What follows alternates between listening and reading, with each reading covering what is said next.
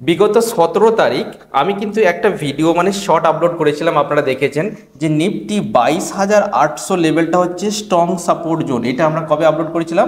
এটা হচ্ছে 17 ফেব্রুয়ারি। আমরা কিন্তু সকালের দিকে আপলোড করেছিলাম, মানে 11টার দিকে আপলোড করেছিলাম।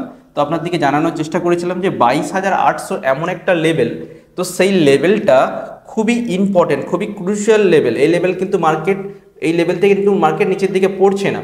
আর একটা কথা বলে রাখি, আমাদের এই চ্যানেলটাকে আপনারা অবশ্যই সাবস্ক্রাইব করে নেবেন, কেননা আপনারা জানেন আমাদের আগের চ্যানেলটা ডিলিট হয়ে গেছে। এই যে আমাদের বুলিশ ব্রাশ চ্যানেলটা, সাবস্ক্রাইবার কিন্তু খুবই অল্প, একদম নগণ্য সাবস্ক্রাইবার।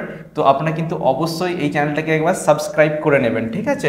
যখন খুবই ইম্পর্টেন্ট কিছু আপডেট আসে আমি চেষ্টা করি আপনাদের কাছে পৌঁছে দেওয়ার জন্য। নিফটি আজকে কীরকম করে বিহেভ করছে বা নিফটি আগামীকাল কোন জায়গায় যেতে পারে, সেই জিনিসটা নিয়ে আমরা এবার আসছি। আপনারা দেখুন, সেটা হচ্ছে নিফটি। আপনারা যদি এখানে লক্ষ্য করেন, নিফটি কিন্তু ওই 22,800 লেভেলটা একবার স্ট্রং সাপোর্ট জোন, ঠিক আছে? কেননা এই জায়গা থেকে একবার টাচ করে রিভার্সাল দিয়েছে, এই জায়গা থেকে রিভার্সাল দিয়েছে, আবার ঠিক কিন্তু এই জায়গায় ফিরে এসেছে।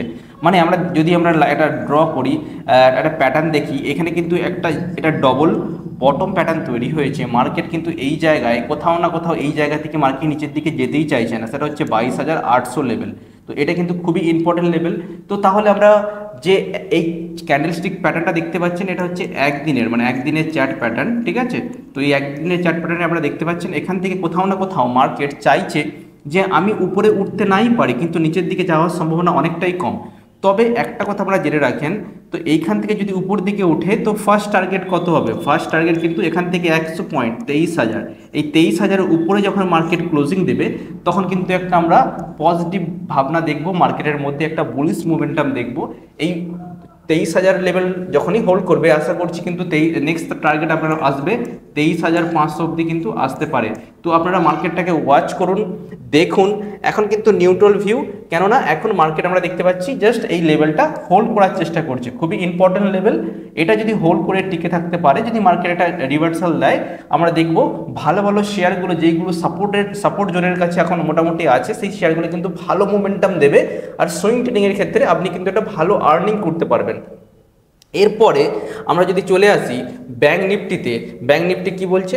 ব্যাঙ্ক নিফটি আমরা জানি যে 48,000 লেভেল, আপনারা দেখতে পাচ্ছেন স্ক্রিনেতে যে 48,000 লেভেল একটা স্ট্রং সাপোর্ট জোন। আমি কিন্তু এটা ক্লিয়ার করে আপনাদের দেখিয়ে দিচ্ছি। দেখুন, এই একটা 48,000 লেভেল, এটা এই লেভেলটার কাছে কিন্তু ব্যাঙ্ক নিফটি অনেক দিন টাইম পাস করে এখান থেকে ফের রিভার্সাল দেওয়ার চেষ্টা করেছিল, উপরের দিকে উঠেছিল, 50,000 ছাপিয়ে গেছিলো, কিন্তু এই 49,000 লেভেলের কাছে কিন্তু হোল্ড করছে। মানে ব্যাঙ্ক নিফটিও দেখতে পাচ্ছি নিফটির থেকে বেশি বুলিশ, ঠিক আছে?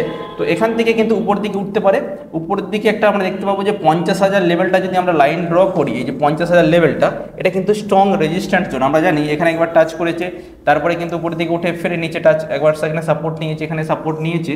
তো এখান থেকে আবার কোথাও না কোথাও আবার এই রিভার্সালটা কিন্তু ব্রেক করার চেষ্টা করছে।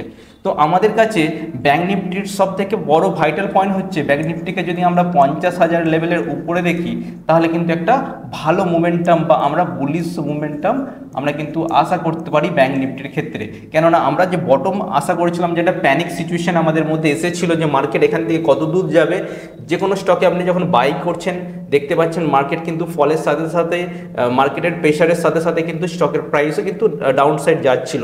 তো এক্ষেত্রে আমি যেটা বলবো যে 50,000 লেভেলটা যদি ব্যাঙ্ক নিফটি ক্রস করে উপরের দিকে ক্লোজিং দেয়, আর মার্কেট আর নিফটি যদি 23,000-এর উপরে ক্লোজিং দেয়, তাহলে কিন্তু আমরা কিন্তু একটা ভালো মানে কি বটম আশা করছি, টেম্পোরারি বটম এখানেই হয়ে গেল।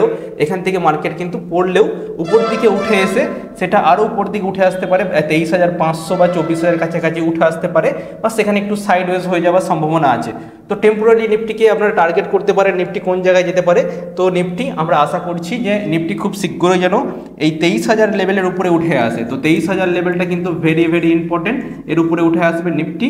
আর ব্যাঙ্ক নিফটি কিন্তু 50,000 লেভেল, দুটোই কিন্তু সাইকোলজিক্যাল লেভেল। তো উপরে যদি উঠে আসে ক্লোজিং দেয়, যদি আমরা ক্লোজিং দেখতে পাই, ক্লোজ যদি হয়, তাহলে কিন্তু একটা খুব ভালো অপরচুনিটি আসবে। এবার স্টকগুলো কিন্তু আস্তে আস্তে নিজেরা অনেকটা কারেকশন হয়ে গেছিলো, 30% বা 35%, অনেক ভালো ভালো স্টক কারেক্টিভ হয়ে গিয়েছিল। সেগুলো কিন্তু আস্তে আস্তে মোমেন্টাম দিলে মার্কেট কিন্তু স্টেবল হয়ে যাওয়ার সম্ভাবনা দেখতে পাচ্ছি। যে শার্প ফল আমরা দেখেছিলাম নিফটি উপরে থেকে 26,200 থেকে যে নিচের দিকে একদম শার্প মোমেন্টাম যে ফলটা হয়েছিল, প্রায় আমরা দেখেছি এখানে 13%-এর মতো কারেকশন হয়েছিল, ঠিক ঠিক আছে, এটাকে আমরা কারেকশন বলবো, আমরা ক্রাশ এটাকে বলবো না।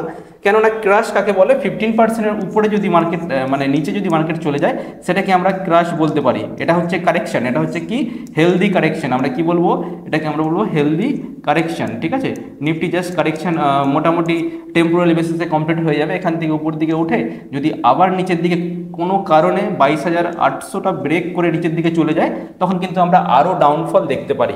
তো এটাই গেল আজকে নিফটি ব্যাংক নিফটির অ্যানালিসিস। আপনারা ওয়াচ করুন আর আমাদের চ্যানেলটাকে অবশ্যই সাবস্ক্রাইব করে নেবেন। ধন্যবাদ পাশে থাকার জন্য।